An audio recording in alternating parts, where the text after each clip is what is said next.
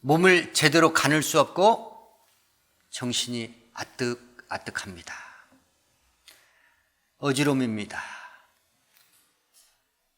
우리는 원치 아니하지만 어지러운 세상을 맞이했습니다. 모두가 다 부평초와 같이 방황하는 삶을 살아가고 있습니다. 이와 같은 작금의 현실을 우리가 어찌 받아들여야 할지 당혹스럽기 그지없습니다. 어지러운 세상을 누가 초래했으며 어지러운 세상 가운데 우리가 받아야 될 교훈은 무엇이요? 주님께서 우리에게 원하시는 어지러운 세상 가운데 우리의 삶에 대해서 하나님의 말씀을 통하여 교훈을 받는 시간 갖도록 하겠습니다.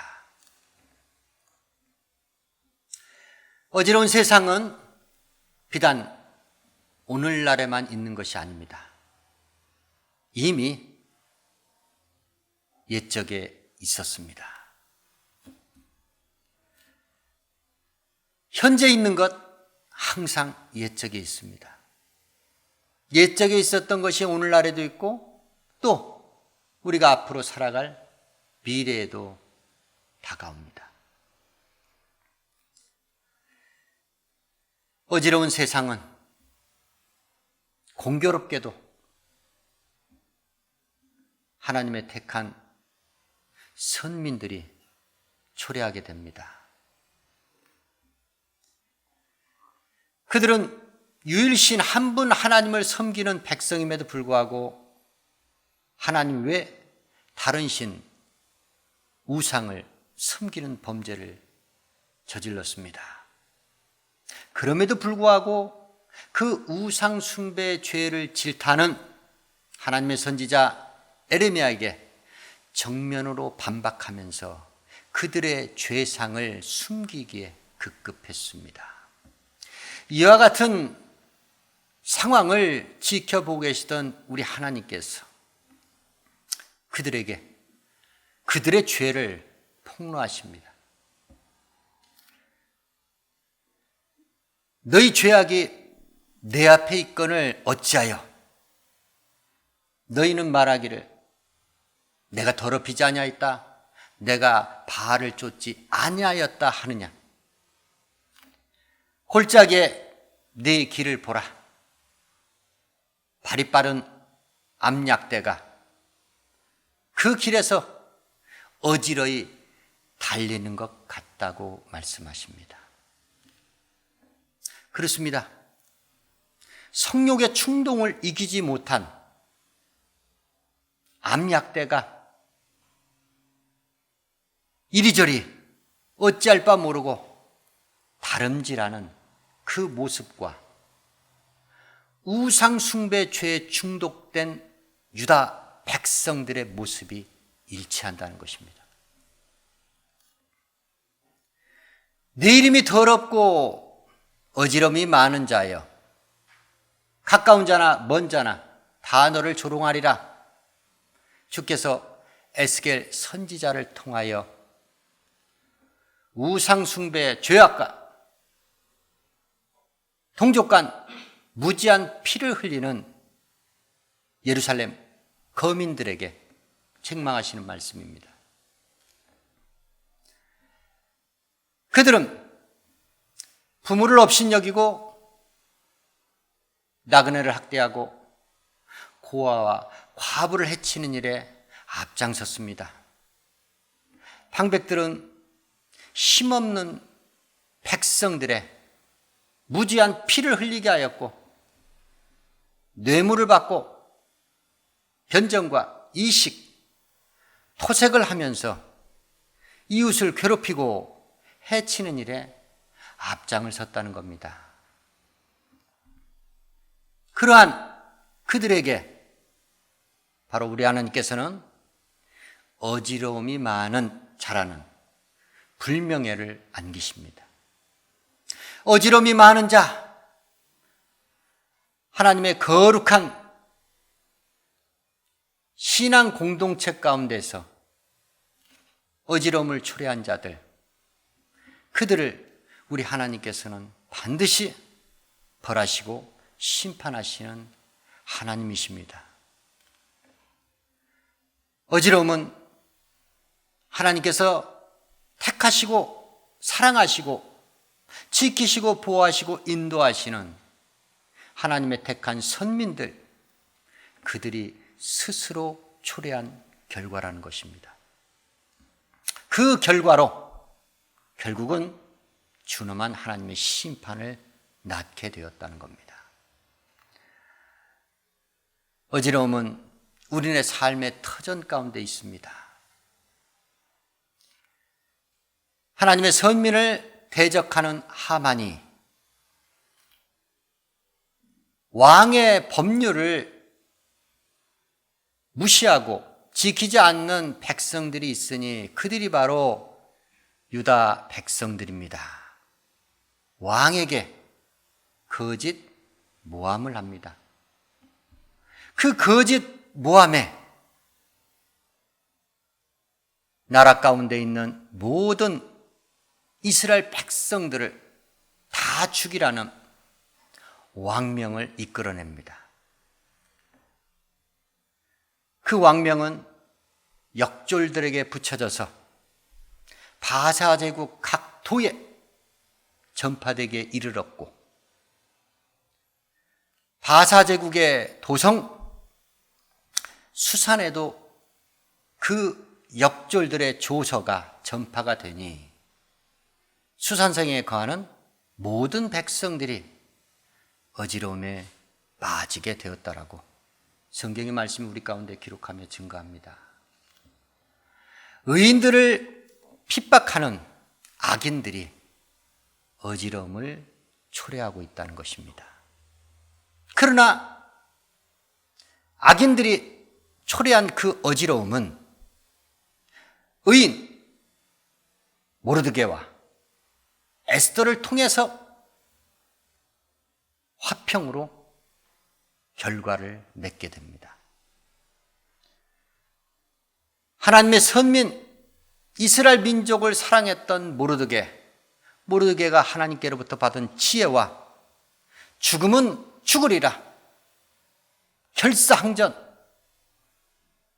순교자적 정신을 갖고 그 악인을 대적했던 에스더의 충성스러운 그 신앙으로 말미암아 어지러움은 이내 온데간데 없이 사라지고 화평한 이스라엘 민족 공동체를 회복하게 되었다는 것을 믿으시길 예수 이름으로 축원합니다. 하나님의 복음 전파자 바울이 데살로니가에 가서 복음을 증거할 때 유대인들은 그것을 시기하고 질투하여 바울과 바울 일행을 저들은 천하를 어지럽히는 자들이라는 칭호를 붙입니다. 그러나 실상 천하를 어지럽히는 자들 따로 있었으니 그들이 바로 다른 복음, 다른 영, 다른 예수를 전하는 율법주의자들이었습니다. 율법주의자들, 그들은 바울이 전하지도 아니한 할례를 전한다 하면서 갈라디아 교회 성도들의 신앙을 유혹하여 갈라디아 교회에 어지러움을 초래했던 자들이었습니다. 바울은 그들에게 심한 저주의 분노의 말을 쏟아붓습니다.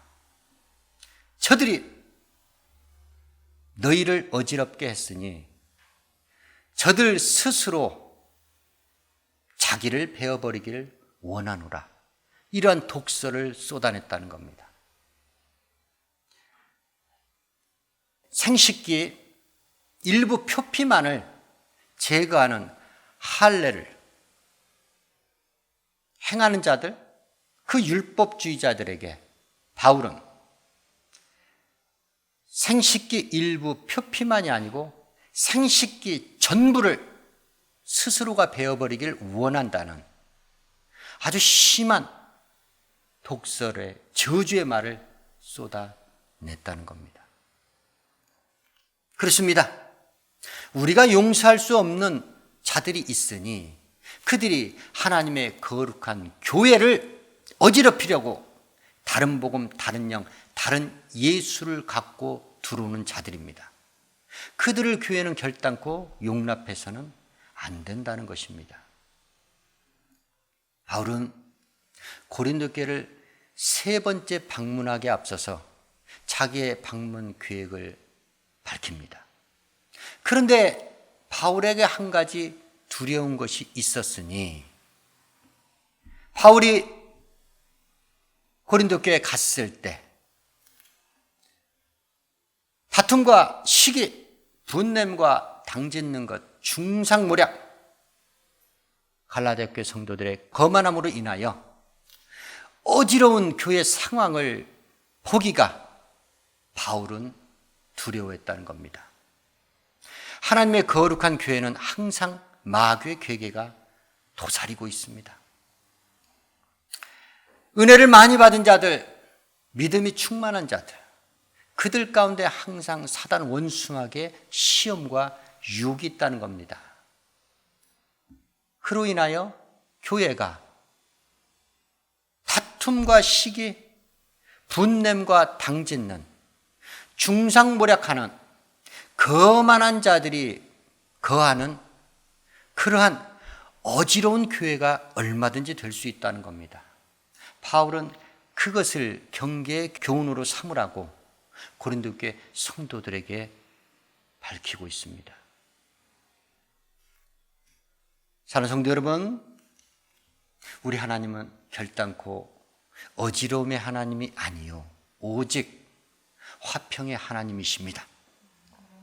그러나 우리 하나님께서 때로는 싫어하시고 미워하시는 어지러운 방법을 사용하실 때가 있으니 그때는 바로 자기 사랑하는 백성, 이스라엘 백성들을 위기 가운데, 위경 가운데서 구원하실 때입니다.